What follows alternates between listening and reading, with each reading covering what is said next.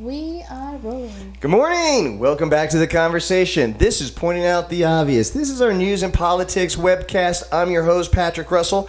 Over there is my very opinionated producer, Veronica. Together, we're here to quip and quiver through today's headlines, searching for the real, no matter how deep into the swamp we need to go. Veronica, how much of the Afghanistan war and the U.S. involvement do you know, remember, or keep up with? I don't remember or keep up with that particular topic. And it's an answer that I completely expected because I know it's true for most people that are watching. So just a brief history from a guy that was there.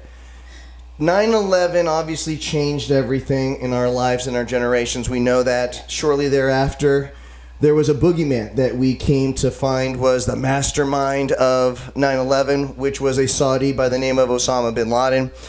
But because Osama bin Laden was able to find nice, cheap rent in this really shithole of a country, sorry to say, pardon my French, of Afghanistan, he was labeled as an Afghanistan operator, which then led our forces to have the opportunity to build up in said shithole country so that we could then launch our true intentions, which was to change the entire geopolitical structure of the entire Persian Gulf, starting with taking down Saddam Hussein and Iraq, right? Now, here's what we know. That, was it 19 Saudis were the ones that carried out the attacks on the World Trade Center. Remind me, Veronica, did the World Trade Centers come down with guns or jetliner planes? Planes. Very I good. Remember that part. Yes, that's exactly right. So jetliner planes that were trained in the United States, folks, not in the dirt fields of Afghanistan, right? But we needed an entry point. This is chess, not checkers. And so what we needed to do is get a foothold into the region so that we could take down Saddam, which, remember now, George W., he's from Texas.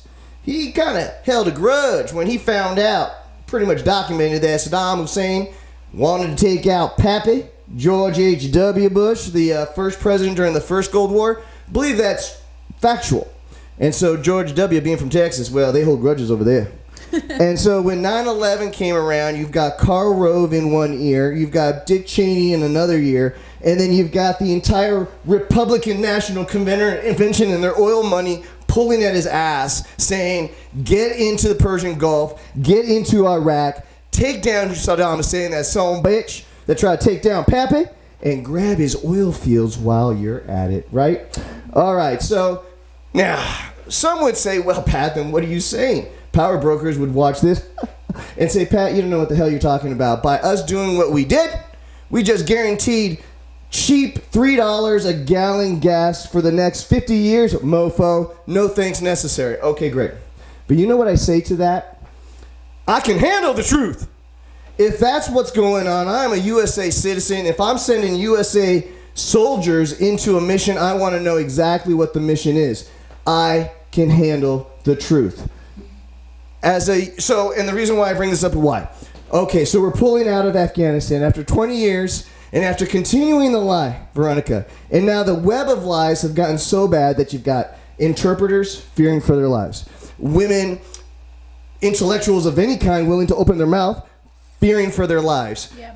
Progressives, those willing to stand by the one capital that's left in Afghanistan, and now because the Taliban has literally, as soon as the United States has removed their forces and most of them out, down to like one or two soldiers literally, the Taliban, the people that were in charge of the place before we got there in December 2001 and then have been hiding in the mountains of Afghanistan for the last 20 years. Yeah, they're coming out of the caves now, people. And they're literally taking over the entire country as if our occupation in the country is going to turn into just a massive footnote for Afghanistan, a speed bump for the Taliban from the point where we had to hide for 20 years and then the point where we came back, took over everything, Kabul's to fall next.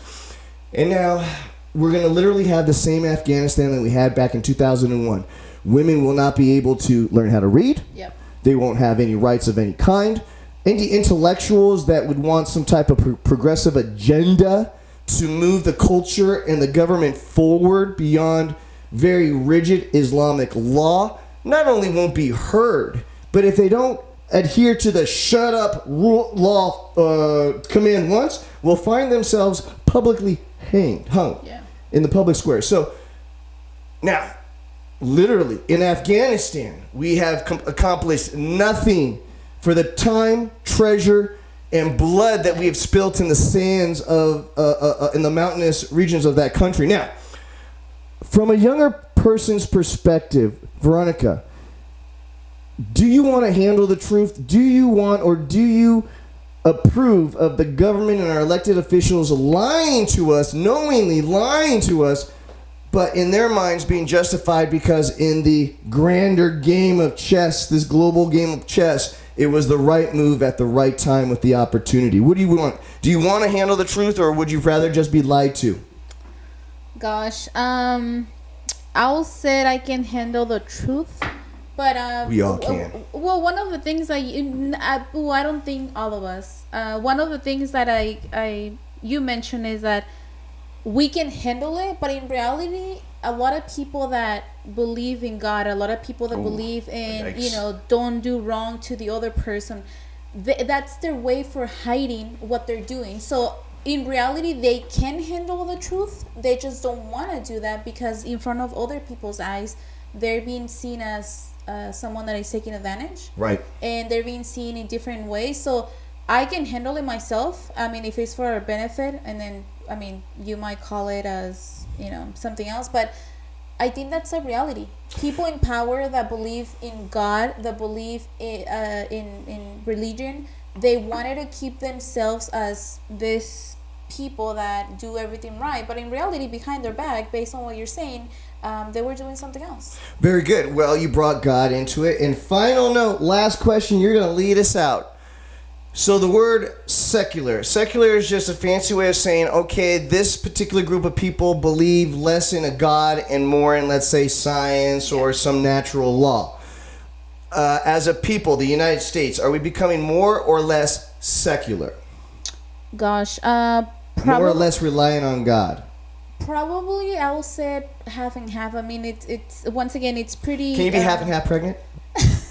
No. Well, that's what I'm saying. Do you believe over the course of time that the trend for the United States specifically, where we are, is going more secular or less? We're going back to a deity and back to a religion. In front of someone, in front of people, in front of TV, in front of all these things, I think we want to pretend, and that's including myself, we want to pretend that we believe in God, and then we follow every step that He said that we should follow. Every step.